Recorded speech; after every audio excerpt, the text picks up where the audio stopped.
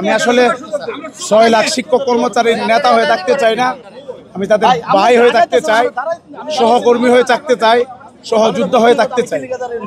আমরা 5ই আগস্টের পরে এই যে নেতৃত্বের যে বন্দোবস্ত, মানে শিক্ষকদেরকে মাথা বিক্রি করে খাওয়া, এটা আমরা বন্ধ করতে চাই। সুতরাং আমি নেতা না, আমি তাদের ভাই, সহকর্মী, সহযোদ্ধা হয়ে থাকতে চাই।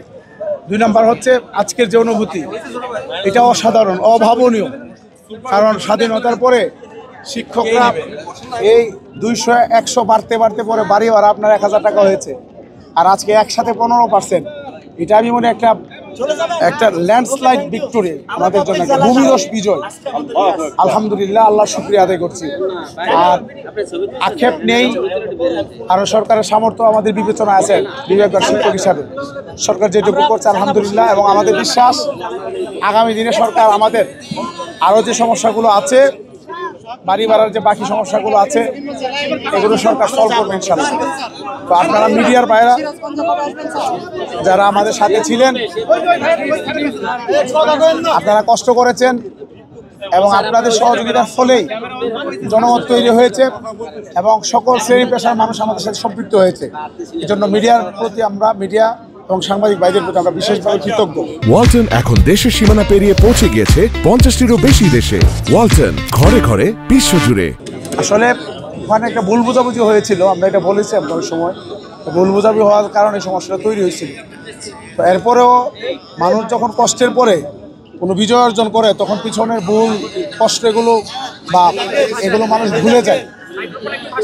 তো সেই জায়গা থেকে আমরা আমাদের যত কষ্ট হয়েছে, যতই আমাদের সাফারিং হয়েছে, আমরা এগুলো আসলে আজকের বিজয়ের পর আমরা আসলে এগুলো ভুলে গেছি।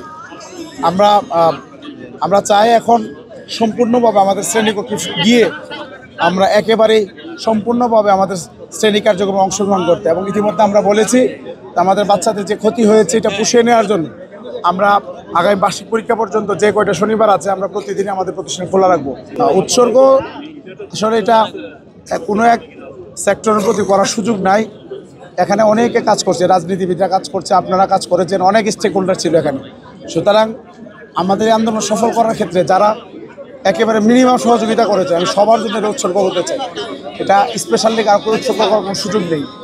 এটা যারাই আমাদের আন্দোলনের ক্ষেত্রে প্রত্যক্ষভাবে পরোক্ষভাবে বিন্দুমাত্র সহযোগিতা ছিল, অনেকে দোয়া করে সহযোগিতা করেছে, সবার জন্য আমরা এই বিজয় উৎসর্গ করতে, বিশেষ করে পুরা জাতির জন্য এটা আমরা উৎসর্গ করতে চাই। সব আন্দোলনে আসলে আপনার ষড়যন্ত্র হয়, ষড়যন্ত্রকারীরা সর্বশেষ পরাজিত হয়, এটাই নিয়ম। আর আজকে পরাজিত হয়েছে, আমি মনে করি আগামী দিনে তারা তাদের ভুল বুঝতে পারবে। তারা যদি ভুল বুঝে, তাহলে আমাদের জন্য, দেশের জন্য, তাদের জন্য, জাতির জন্য, সবার জন্য মঙ্গল হবে। তারা তাদের ভুলটা বুঝুক, এটাই আমাদের প্রত্যাশা।